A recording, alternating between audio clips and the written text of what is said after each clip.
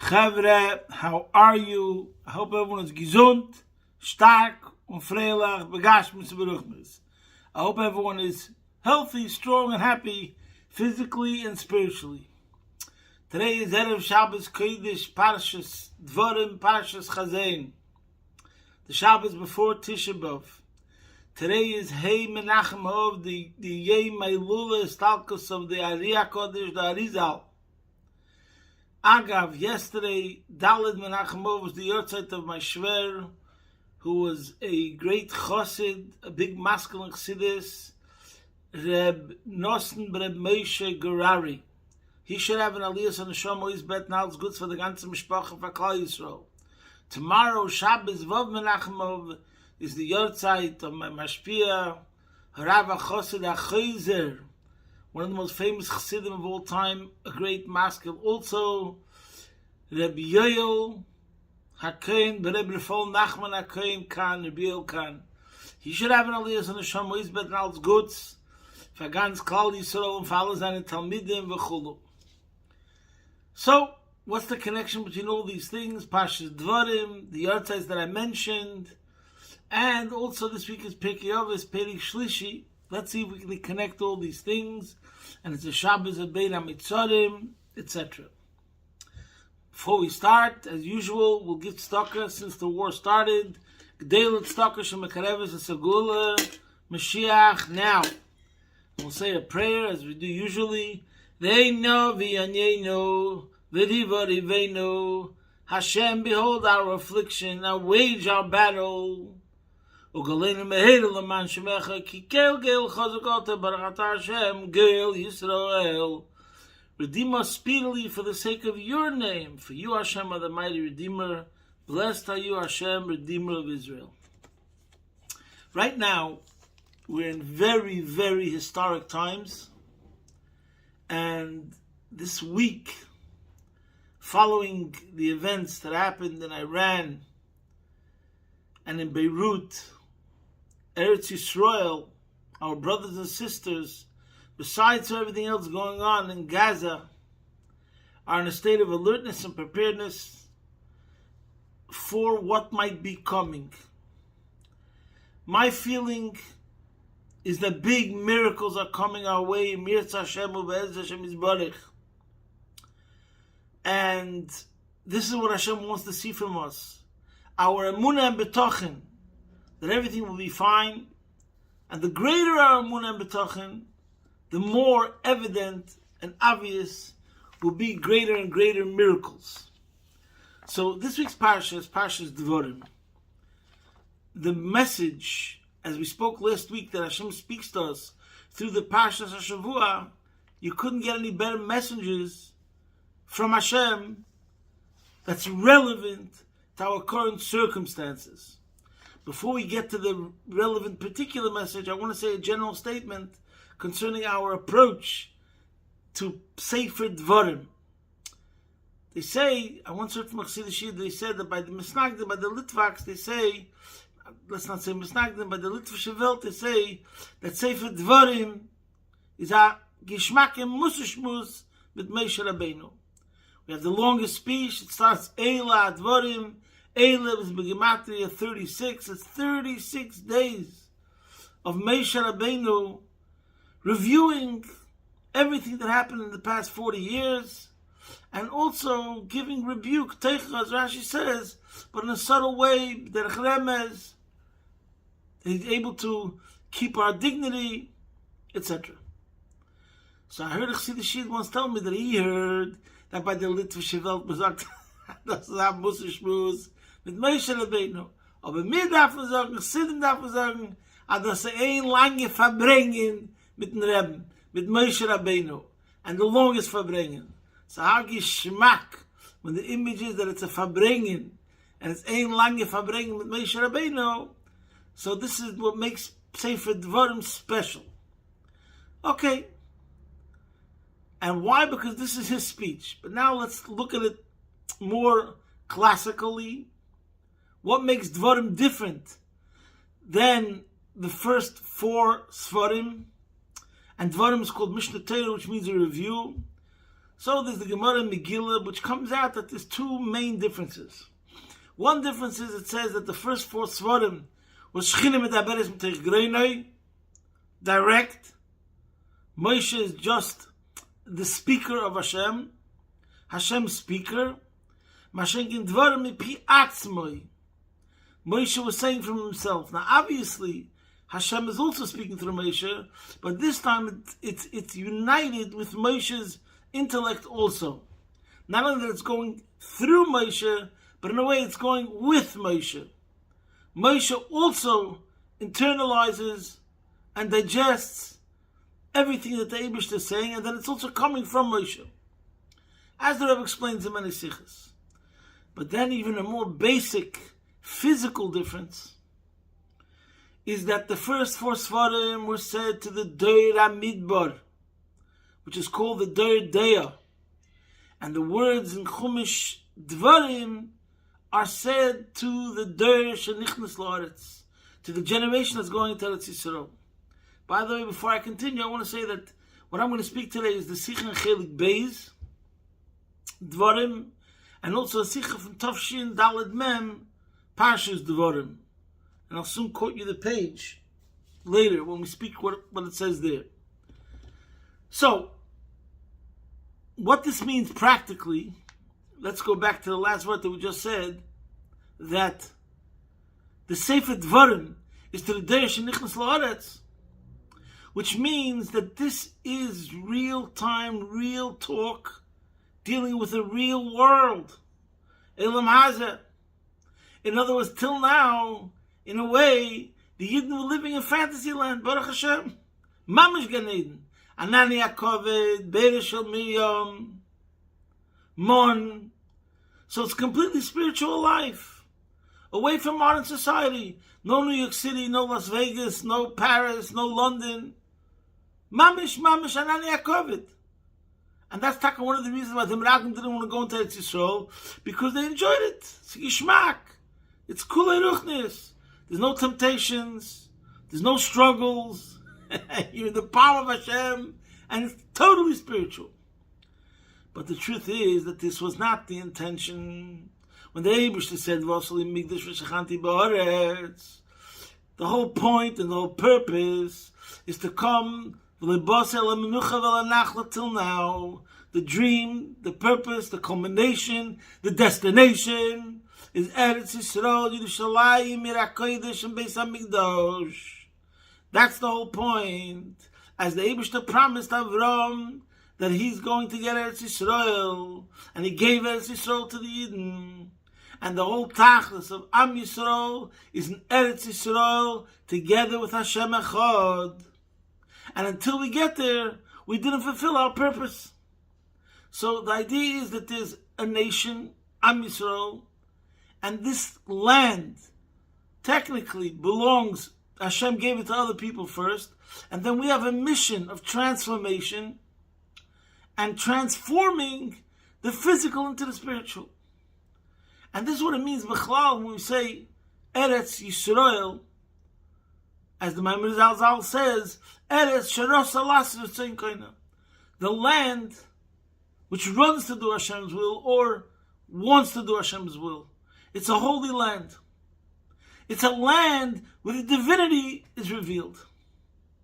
And this is what it means to every single Jew, even when he's living in Melbourne, or in Caracas, Venezuela, or Morocco, or wherever he lives, as the famous story of the Tzemach Tzedek, where there was a Jew who wanted to move to Eretz Yisrael, and the Tzemach Tzedek told him, Mach do Eretz Yisrael. Make here Eretz Yisrael, which means do the work of transforming the physical, elevating the physical, sublimating the physical, channeling the physical to bring out the spiritual, which is in the physical. And then that means you're making Israel here. So that's the idea. So let's get back to the message, which is very explicit. At the end of the Parsha, it speaks about how Moshe Rabbeinu speaks to the Shevet of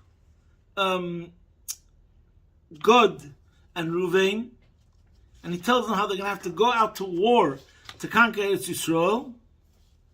And then he says, Moshe says, "V'Yeshua tzivesi beisa hileimar inecha reis Eis kol asher osa Hashem l'keichem l'shnei malachim ha'ele.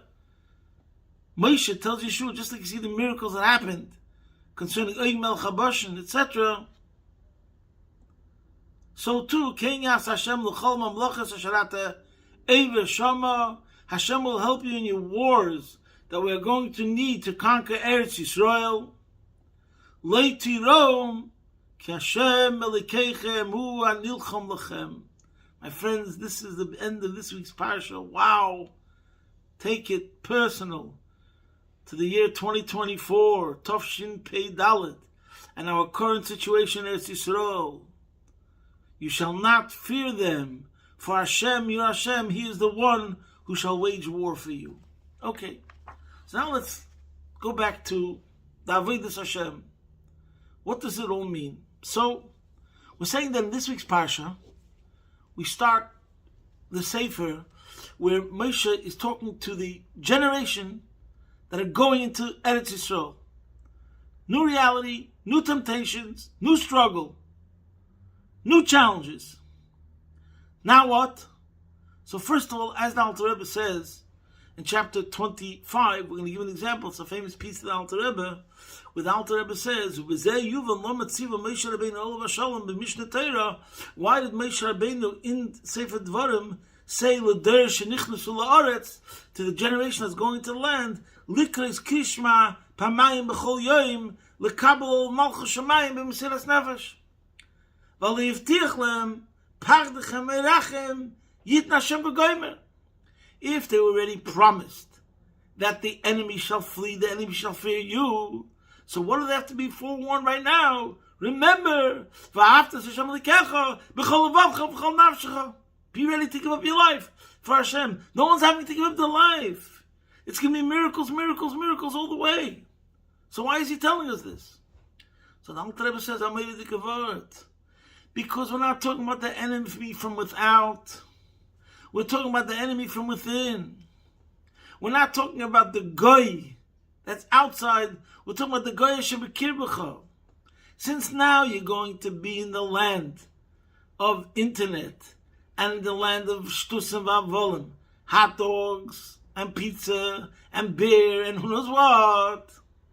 Not in the land of Yaakov and lechem and hashemayim, but you're going to be dealing with struggles, etc. So now you have to know what's the way to be able to overcome all the struggles. You should know likres kishma pamayim b'chol yoyim lekabel malchus shamayim b'mesiras nefesh. And now to see the answer of the Alter Rebbe, the way the Alter Rebbe puts it, El Parshas, El Mishum, Shekim Ateiru Mitzvaseh, Tluyi Bezeh, Sheyizkir Tomid Inyi Mesiras Nafshei La'avad El Yichudei, Sheyir Kavua B'Libei Tomid Mamish, Yemam V'Layla L'Yomish Mizichreinei. As the Alter Rebbe elaborated, starting from chapter 18, this was 25, that when a person lives with this idea, that every single move he makes, every single step he makes, is either an opportunity to connect and to attach himself more solidly with Hashem, which is the idea of Achdus Hashem, or Rahman al-Itzlan, if he doesn't do that, then every step could turn into something which will create a barrier, a separation. He'll be ripped away from his source. And that's the concept of Achdus Hashem. So the Alter Rebbe says, when you live with this idea, this is what he means. When you live with this idea, like he says, that when a Yid, and this is the whole idea of Mesiras Nefesh al Yichudei, what does it mean that there was Mesiras Nefesh throughout the generations, and this is a Jewish trait, that if he knows that something will separate himself, something will cause him to be separated from Hashem, then he would never do that. And that's why a Jew always chooses Mesiras Nefesh. If we live with this idea, connection, disconnection, attachment, or torn away, then you'll make the right choice. And because going into Eretz Yisrael means the first time that we're going to deal with challenges and struggle and opposition and adversity, so therefore, this was the message before they were going into Eretz Yisrael. So this is an example of what does it mean when we're speaking to the Deir, Shenichnas La'aretz, We're talking to the Deir Midbar. Such language you didn't have to tell the Deir Midbar, because they didn't face such challenges in the first place. So that's Sefer Devarim. So now the Rebbe explains what is the significance of Shevet God connected to war. So the Rebbe connects this with the pasuk, and this is in the Sikha of Parshas Devarim, Tafshin Daled Mem. See their page. Oi, let me get the right page. See their page 23, Parshas Devarim Tafshin Daled Mem. So there he says, we see the pasuk later in Zeis HaBracha when it speaks about Shevet God and what was their special quality. It says, "V'torav zroya af kodkait." They're like a lion that's able to wipe away, strike off the arm and the head of their enemies. The lion, when he wants to chase his prey and be able to conquer it, with one swipe, he knocks off the head and the arm. That's what the pasuk says, describes Shevet God when it comes to conquering Eretz Yisrael. So the Rebbe explains, what does this mean? There's two general obstacles that prevent the Yid from being successful in this avodah of Machto Eretz Yisrael. One of them is a mental perspective, a mental block, an approach, an attitude which is wrong, which is one person could think to himself, a Yid could think to himself, and by the way, this year we felt it very much so in a certain sense. Who are we, B'chlal, the Jewish nation? Atem ha'ma'at mikol ha'amim. We're less than 1% of the entire global population. And I don't want to take it even further amongst the Jews themselves. That those that are protesting or whatever, who knows what. And the whole world is marching against the war and ceasefire, as we saw previously in this year, with all the marching and protesting going on in all the universities and in London and in different countries. It's pretty daunting. It could seem pretty scary. So what do I need it for? The Jew, a Yid, could tell himself, you know what? Like it says in many sikhs of the Rebbe, he says, I'll be a Jew at home and a guy in the street. Why do I have to flaunt it? Why should I draw attention to myself? The pasuk itself says, "Atam ha'ma'at mikol ha'amim." We are a minority of minorities of minorities. What chance do we have against the entire whole wide world? And actually we see right now with our very eyes that the world is against us. And like the Rebbe told Bibi Netanyahu, that the United Nations is a house of lies. And he told Bibi, you be the light, the one candle that will illuminate the darkness, the bit of light that will illuminate much darkness.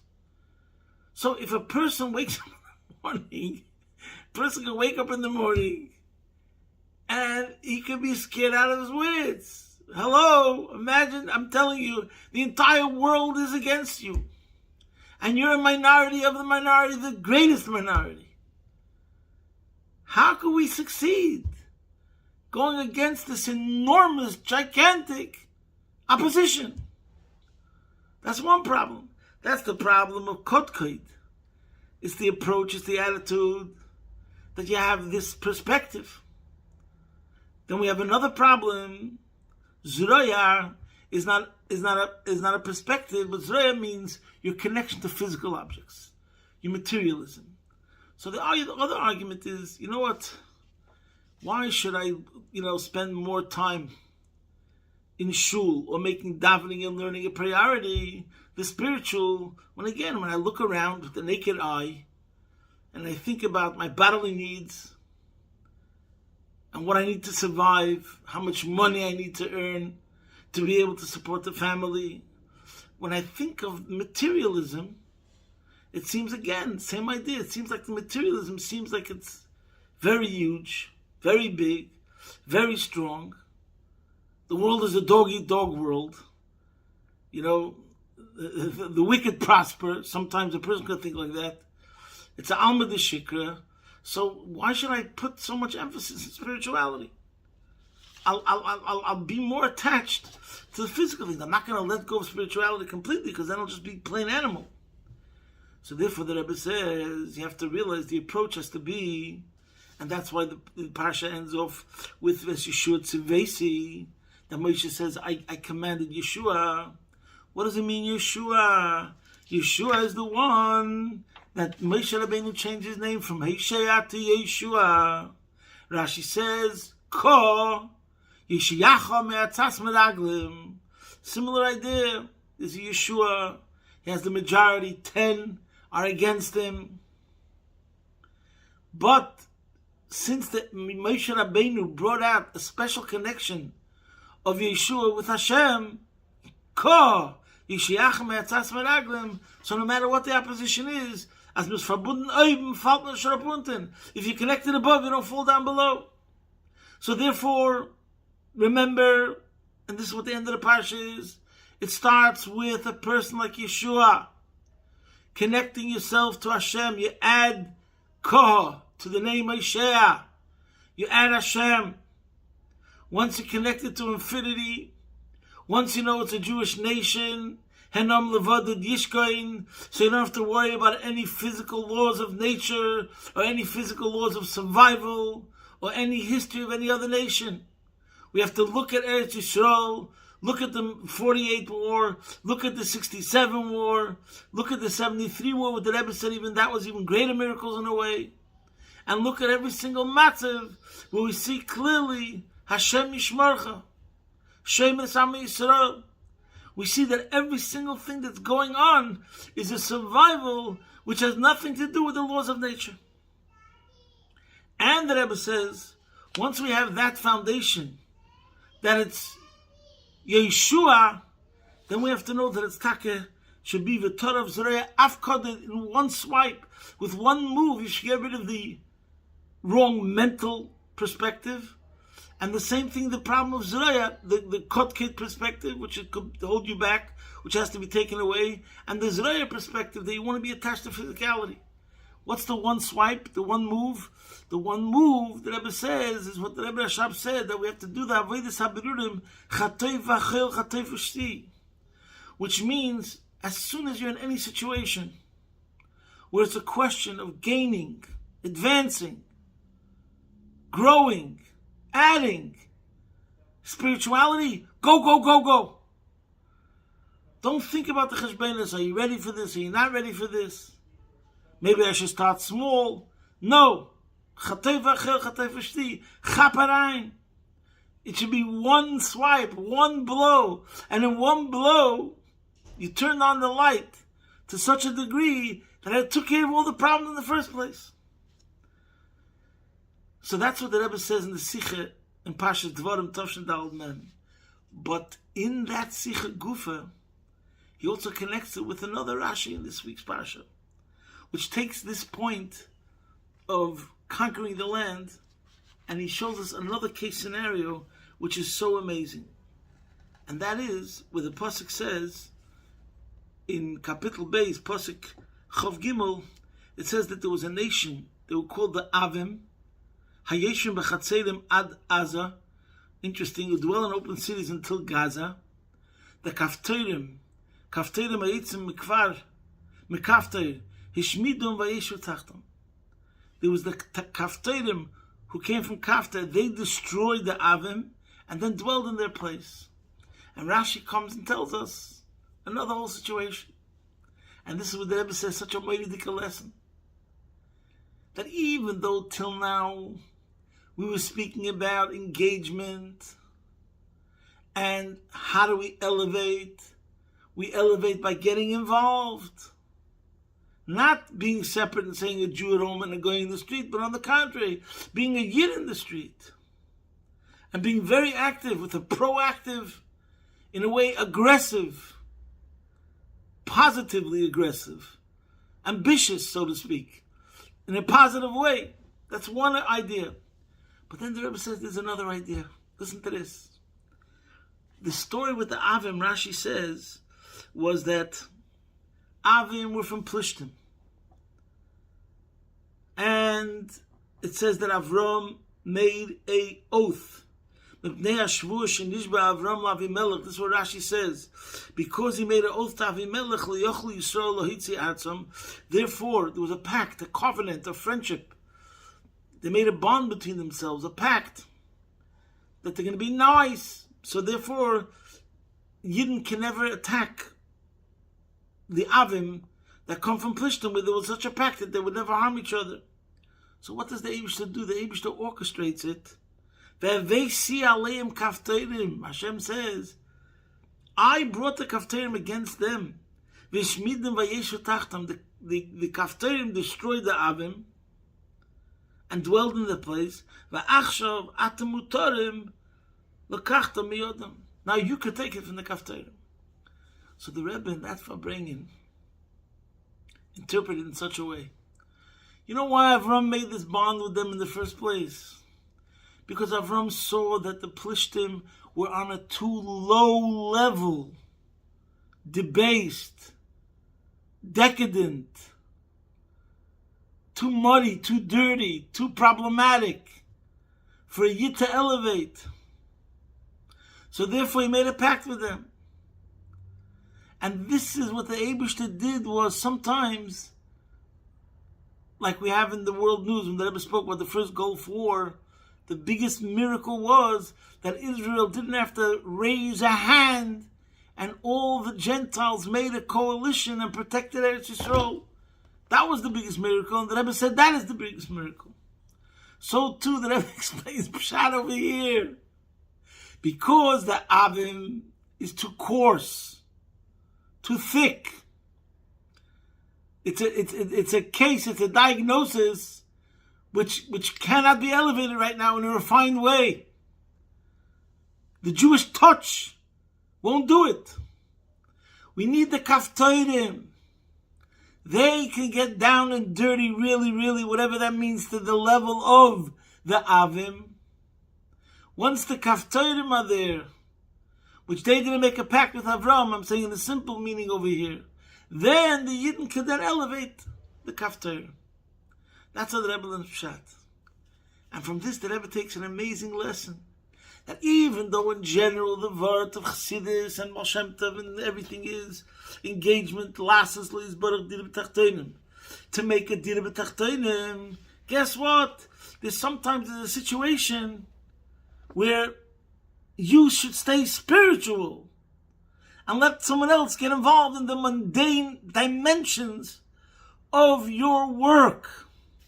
And I have to read it to you inside, in the Rebbe's words, to see what the Rebbe learns Pshat. It's so gishmak.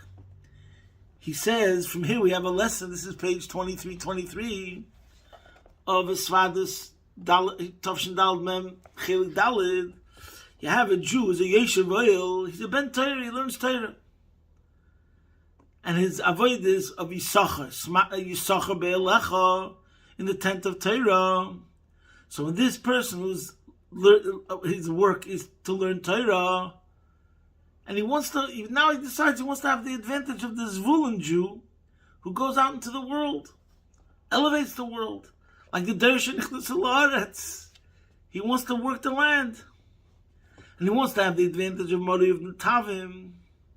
And their main work is Bitter Olam, extracting sparks. I didn't explain that, I should have explained it before. Time is running out, sorry. Anyways, we tell him that this Avodah is not your Avodah. Your job is to learn Torah. If you're Rosh Hashiva, L'chadish b'Torah. Write Svarim. Come up with new concepts, questions and answers, dissertations, and Torah logic. If you're a Rav, you're a rabbi, Lifsik Shilas b'Torah. Your job is to be involved in Shilas Achuas, questions and learning, and people that need clarification in Jewish law. And Kamei Kain, L'chanech es bonov, Shiyu Rosh Yeshivas Rabbonim. Educate children to be Rosh Yeshivas and Rabbonim. And the same thing is when you get to physical matters, mundane things. He says, L'zois yidagu umas ha'olam. If the government is going to give you grants for certain things, because you're into life-saving, because you're into building a better community, because your yeshiva makes better law-abiding citizens, so then Baruch Hashem, you don't have to go out and fundraise if the government is supporting you. I'm giving you an example. That they themselves are worried about it, to give millions of dollars for Jewish education in religious schools, so that every single person can be mechanech their children with the spirit of Torah and Yiddishkeit without any worries whatsoever of mundane concerns. That's what the Rebbe says over there. And this is the analogy, this is the lesson from the story of the Avim. That just like in the case of the Avim, we needed the Kaftorim to take care of the Avim. You don't have to worry about it, but then you could do your thing. And the same thing's over here. There are some matters of this world, some birurim, some elevation that might be too grub, too coarse for you to get involved in yourself, and therefore someone else, somehow the Eibishter will orchestrate it, that someone else will take care of it, and meanwhile you can sit and daven, you can sit and learn and remain spiritual. This is the connection between the Pirkei Avos this week, which is one of my favorite Mishnahs, my personal favorite Mishnah, Kol HaMakabel Level Torah, Ma'avirim Mimenu El Malchus Vel Derech Eretz, it's in Perek Shlishi, V'chol HaPerek Mimenu El Torah, Neistan Olav El Malchus Vel Derech Eretz, where I can't elaborate now, we're so much out of time and it's going to go longer. He says over there, whoever accepts upon himself the yoke of learning and davening, so then the yoke of Malchus, which means government, and Derech Eretz means financial worries, is taken away from you. Because the truth is, the Jew has to realize the natural habitat of a year is davening and learning. And the whole Dira B'Tachtonim is either because now we're still in Golus and we have to make a Dira B'Tachtonim, no problem. But even then, the focus of a Chabad house, the focus of the Jewish nation is chinuch, Jewish education. That's what it's really all about. Everything really is about chinuch and Torah mitzvahs. The rest is only so it should be possible to be happening. So therefore we have to raise money. Therefore we have to have certain things. But we have to remember what's the real pnimius, the objective of everything is the Torah mitzvahs. So therefore, Kol HaMakabel of El Torah, the one who takes upon himself to be the one who's going to bear learning Torah, and he's going to be dedicated and devoted to it, then what happens is the Eibusha takes the natural forces of government and commerce and makes it in such a way that that's not a worry for you.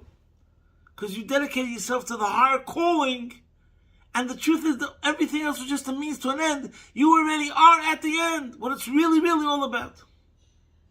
That's the connection to the Mishnah. That's also the connection with Mashver, Reb Nosson Gerari. Reb Nosson Gerari and Rabbi El Khan. They were both into Chassidus. And that's the way they live their life. They're on this planet Earth, but they're really somewhere else. Life was about learning Chassidus. Life was about Yediyas Elikos. Life was about talking about the Eses Sfiras Hagnuzis. Life was talking about Elikus B'Pshitas, Eined Mulvade. That's what life is about. And when you live your life in such a way, then you're in the world and able to elevate the world properly. And this is also the connection to the Arizal. I can't get into it now. I'm going to give you where to look. Today's Hayom Yom is a Torah of the Baal Shem Tov on the verse Sur Me'Rava Say Tev Bakashol V'Redfeu. Turn away from evil, do good, and seek peace. And see the Hayom Yom of 5 Menachem Av, where the Baal Shem Tov explained it to me. When you look at a physical thing, turn away from evil. Don't look at it for its physicality. Don't give it a value or a preciousness which is outside godliness. There's only Hashem. And the only way to live your life in a proper way is if you stay focused on what's really going on. When you see an apple, don't look at the apple and say, it tastes so good. And life was meant for me to be able to enjoy it. And I live to enjoy life. No. There's godliness even in the apple. It's energy, godly energy. And I don't live to eat, I eat to live. I should realize that it's about me extracting the energy, the nitzutzas, the sparks of godliness that are in this apple, and then using the energy that I got from the apple to serve. I eat to live. And why do I live? To get involved in a cause which is greater than myself. I live to serve a greater purpose. That's what he says in Hayom Yom.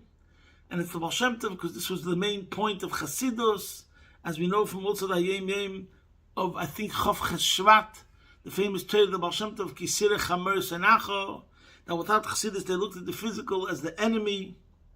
And over here the whole point is, make peace. There's a friction between the physical and the spiritual, but the ultimate is, when you realize that it's the spiritual dimension of the physical, which is the primary thing, then you bring peace to the physical, that we don't have to negate physical or crush physical. The way of serving Hashem is in a way of make me, don't break me. We channel it all. Ozav, Tazav, Imoy. We work with the physical and we show really how the ultimate beauty of the physical is when we reveal the spiritual which was within the physical, and they become one. So was the Arizal. As we all know, that in Kabbalah of the Arizal was very much about the sparks, the Shvius HaKelim, connected to the idea of Tikkun Olam, which the real meaning of Tikkun Olam means that we extracted the sparks from Toyu that fell, the divinity which is in the physical, and how we caused the spiritual to become dominant and superior in the physical by using it for the right purposes and causing spiritual to dominate. That's how we bring out the purpose of what the physical was created for in the first place. Just to finish with the humorous story, which is I'm not gonna do it justice, but there's a famous story, a famous joke to explain what I mean with the story with the Avim before, how other people do more than mundane work. In the days before Israel, Eretz Yisrael became a state. So we were living under British rule, and there was a couple of resistance movements from the Jews. I forgot the names. Haganah, Irgun, I forgot right now. Anyways, one of these Yiddish people that was part of the resistance and the underground movements was captured by the British, and he's in jail. And they want to find out information from this person, but he's not saying anything. But meanwhile, they're allowing him to correspond with his wife through letters. So he sends his wife a letter, something like, all those guns that were smuggled in to help our cause, it's all buried in the back garden, Anyways, it comes to his wife. A day later, the British soldiers show up and they plow his garden back through and through, upside down, inside out. They spend the whole day digging. They don't find no guns, they don't find no rifles. They're so upset, they didn't find anything.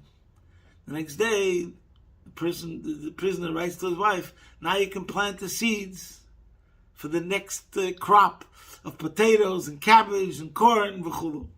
So he figured out a way how to take care of his garden, his field, because he got the British Army to do it instead of himself.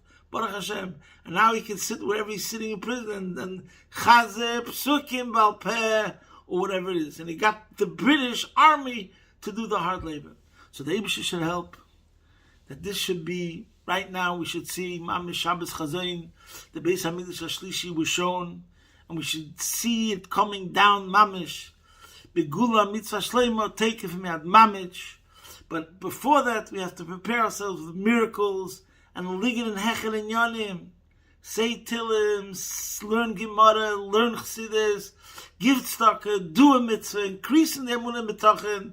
The more positivity, the more hope, we bring down more miracles, more redemption, and the Eibusher should help. We should take a seat even before Shabbos. It should be the Geula Mitzvah Shleima, take it from Yad Mamish. Posting from my home, your man, Be'ez Hashem Yisbarach, your man in Melbourne.